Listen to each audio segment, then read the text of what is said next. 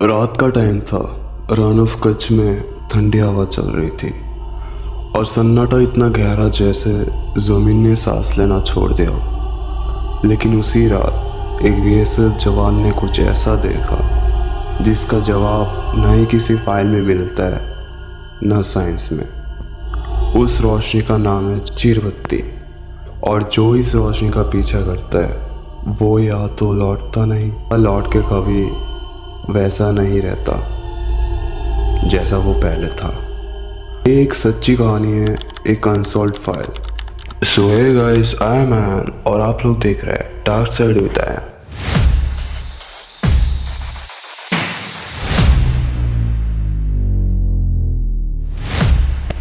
तो कहानी है इंडिया का एक सॉल्ट बीच का, जो कि है गुजरात में, और इसका नाम है द रन ऑफ कच्छ। दिसंबर की एक ठंड भरी रात थी। Sub inspector Rajveer Singh run की तरफ पेट्रोल पे गए थे। उसके हाथ में राइफल थी और पास में सिर्फ एक जीप और रेडियो। कुछ देर पहले कैंप के लोगों ने एक अजीब सी रोशनी देखी थी हवा में तैरती हुई। राजवीर ने उस जगह की तरफ कदम बढ़ाया। टाइम था रात के 12:47। एक नीली रोशनी उसके सामने आई। रोशनी जमीन से 3 से 4 फुट ऊपर थी और शांत तौर पे तैर रही थी। राजवीर ने सोचा, क्या ये कोई ड्रोन है या किसी का टॉर्च? उसने रोशनी की तरफ टॉर्च डाला, लेकिन टॉर्च फेल हो गया।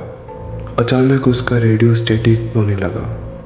जीपीएस ने सिग्नल खोना शुरू कर दिया और रोशनी उसके गोल गोल चक्कर खाने लगी, जैसे कोई चीज उसका पीछा कर रहा हो। अगली सुबह कैंप में हल्ला मच गया क्योंकि राजवीर वापस नहीं आया था। सर्च टीम निकली और थोड़ा बहुत छानबीन करने के बाद राइफल मिली। एक पत्थर के पास गिरा हुआ था वो राइफल, और फुटप्रिंट्स एक जगह जाकर बस खत्म हो गया था, जैसे कोई आदमी हवा में उठ गया हो।